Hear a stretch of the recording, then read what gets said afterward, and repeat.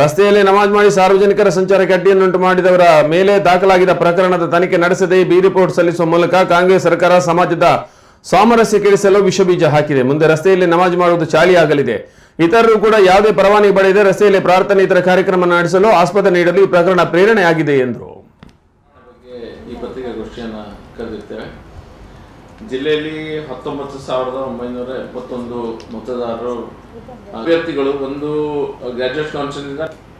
ಅದಕ್ಕೆ ಇವ್ರು ಹೇಳ್ತಾರೆ ನೀವು ಯಕ್ಷಗಾನ ಅದು ಇದು ಎಲ್ಲ ರಸ್ತೆಯಲ್ಲಿ ಮಾಡ್ತೀರಂತ. ಇದಕ್ಕೆಲ್ಲ ಪರ್ಮಿಷನ್ ತಗೊಂಡು ಮಾಡ್ತೀವಿ.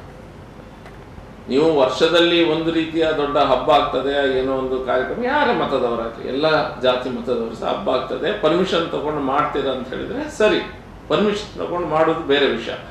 ಏಕಾಏಕಿ ನೀವು ಸಡನ್ ಆಗಿ ರಸ್ತೆಗೆ ಬಂದು ಜನರಿಗೆ ಯಾವುದೂ ವಿಷಯ ಗೊತ್ತಿಲ್ಲದಿರುವಂಥ ಸಮಯದಲ್ಲಿ ರಸ್ತೆಯಲ್ಲಿ ನಮಾಜ್ ಮಾಡೋದು ಸರಿಯಾಗಿ.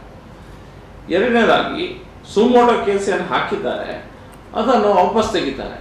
ಸುಮೋಟೋ ಕೇಸನ್ನು ವಾಪಸ್ ತೆಗೆದು ಯಾರು ಅಧಿಕಾರಿ ಆ ಸುಮೋಟೋ ಕೇಸ್ ಹಾಕಿದ್ದೇನೆ ಅವನನ್ನು ರಜೆ ಮೇಲೆ ಕಳಿಸ್ತಾರೆ. ಇದು ಸರಿಯಾಗಿ. ಬಿ ರಿಪೋರ್ಟ್ ಹಾಕಿದ್ದೇವೆ ಅನ್ನುವಂಥದ್ದನ್ನು ಆಲ್ರೆಡಿ ಹೇಳ್ತಾರೆ. ಬಿ ರಿಪೋರ್ಟ್ ಹಾಕುವಾಗ ಇನ್ವೆಸ್ಟಿಗೇಷನ್ ಆಗಬೇಕು. ಇನ್ವೆಸ್ಟಿಗೇಷನ್ ಇಲ್ಲದೆ ಬಿ ರಿಪೋರ್ಟ್ ಹಾಕಿದ್ದು ಸರಿಯಾಗಿ.